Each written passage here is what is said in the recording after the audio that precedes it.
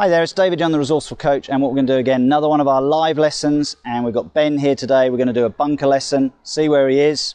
Haven't talked about it yet, so this is brand new. See where he is with his bunker play. Let's go from there. So let's get him hit a few shots.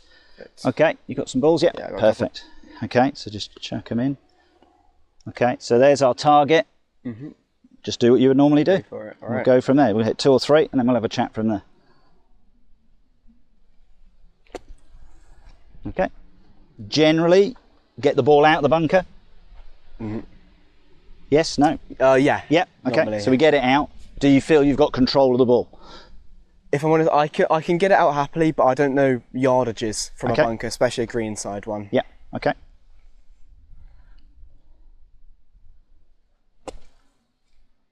Okay, so good results. So I'll grab another ball.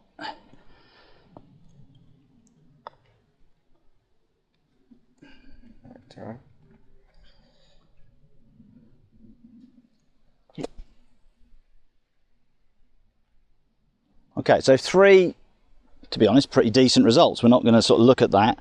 But as you said, the thing you're struggling with is controlling the distance. So first one's come out, just to let people know, if you can't see it on the camera, we've probably come up 25 feet short. The next 2 are about a flagstick length away, so we're about 6-7 feet away. Okay, so I'm just going to go through what I call 2 basic things that I think will help you in time to get consistency of the amount of sand you take, because that's, for me, the most important thing. Can you control the club and take the right amount of sand? And then feel what the club's doing as it's going through the sand. Okay, so if we swap places, jump over this side. So, first thing, I mean, the bunker shot is like no other shot. And what we mean by that is we don't want you to hit the ball. Okay, a greenside bunker shot, we want you to deliberately hit the sand back here.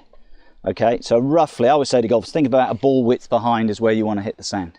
Yeah. So the thing that you did as you went into the bunker, you pretty much just stood on the top of the sand. What I want you to do is think, right, if I put the ball, or let's say put the point of where you want to hit the sand in the middle of your stance, but now I want you to dig your feet into the sand around about a ball width. Okay. Okay, so if you think about, if you were playing a pitch shot, you would normally just be on the top of the ground, you would physically play the shot, and you'd hit the ball cleanly. If we've lowered ourselves down, we should automatically now take sand. Makes a lot of sense, yeah. Now, a lot of people think you dig your feet in for the main reason is grip. That's the least important reason. Okay, the most important is the lower the arc, but the second most important, it gives you an idea how much sand is in the bunker. Oh, yeah. Okay, when you walk into a bunker, get a feel for what you're doing. If you walk in there and you're sinking into the sand, you know you've got plenty of sand, you can do what you want. If you walk in and it's rock hard, and you think there's no sand in here, then mentally you've probably got to play it more like a pitch shot, because if you try to hit back here, the club will hit the hard ground, go into the ball, thin it into the face. Yeah. So mentally look at it, get a feel for how much sand is in the bunker, but that's the only thing I would say with the stance. You tend to play, and I like this is a good thing, pretty neutral with your stance. A lot of people say you've got to have an open stance where you play a bunker shot. I'm going to rubbish that idea, because for me, where's the ball going to go? Well, I'm not hitting the ball, I'm hitting the sand. So the most important thing is make the ball go where the sand's going. So think that's the direction I want to go. If I now get my feet in line, so middle is there, dig my feet in, and my feet are parallel to that, and I can swing a club along that line, because I'm not hitting the ball, the club face where it points actually isn't going to determine where the golf ball goes. Okay, yeah. Okay, it's the only shot in golf it doesn't.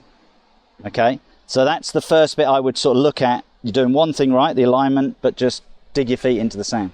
Perfect. Number 2, because I like what you're doing, okay, we're going to go a step further than I normally would probably on a first bunker lesson.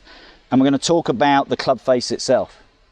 So what we're going to look at is, rather than, you tend to have the face pretty square like you play a normal shot, is we're going to call what we call dial the club open.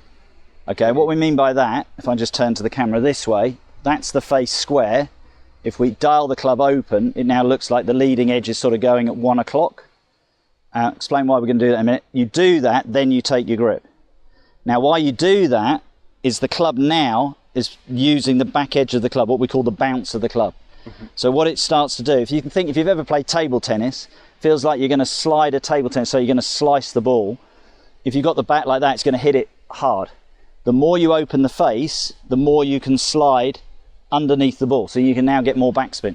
Okay. You get more control. So I think you've got a basically good idea what you're doing. We're just trying to take you a step further. Where that will help you is when you've got a flag much closer, you can be a little bit more positive with the swing, but because it's going to pop the ball up a little bit higher, it'll come down softer. And if you want to go a little bit further, still play it there. So only two things we're doing. Dial the club open, take your grip. From there, ball in the middle, good, dig your feet in. And from there now, it's just having the confidence to just make what feels about a 3/4 swing and just keep the club going through the sand and it'll come out the bunker. Okay, so you get the result. There's a lot of sand in here, so I'm going to make sure you've got sand underneath your ball. But you could hear that when I hit it. It was like, I actually probably couldn't have played that any better off that lie. Right, so they're the two things. That's all I want you to do. So you bring yourself back in. So I'm always checking we've got nobody coming down the 8th hole behind us. So am I able to make a line? Yeah, definitely. When you're practicing, draw a line, take that right across into the middle of your stance. Yep. Yeah, definitely. When you're practicing, I know in a game, people will be watching this, go, no, you can't do that. Yes, you can't in a proper game of golf, but we're practicing. Of course. All right, so dig your feet in, dial the club open to 1 o'clock. So what about that? Yep. Now it'll feel like you're aiming right. You're not. You're still going to swing towards the target. To the flag. Yep. Got you. You're still going there. That's just going to slide underneath the ball. Okay, so lovely. That came out really soft. Okay, so if we look at it, this is the good thing. Camera can't see this, but there's our line there. We've hit there, but because you've kept the club going through the sand, you've come out the other side of the ball. So why that probably came out a little bit short is we're slightly too far behind the ball. Yeah. But it went dead straight. It came out nice and soft. It did the ideas of what we're after. So again, reset your body if you need to. There's our line there, and there's our line. And again, that gives you some feedback as well, how well you're doing where you're hitting the sand. Yep. All right, same again. Lovely shot. Brilliant. Perfect, yeah. Okay, so that's coming out nicely. But now what you've gained is control on the ball. You said at the start, don't really have any feel to what I'm doing. Now I feel like you're sliding that club underneath. And again, to the people on the camera, we're practicing here. We're allowed to draw in there. You'd put down alignment sticks at the practice ground. We're doing that in the bunker here, okay, to give you a chance.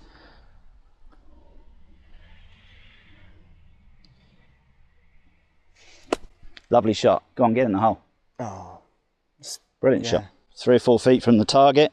And that's a shame. I put the sand over, but you hit that line absolutely perfect.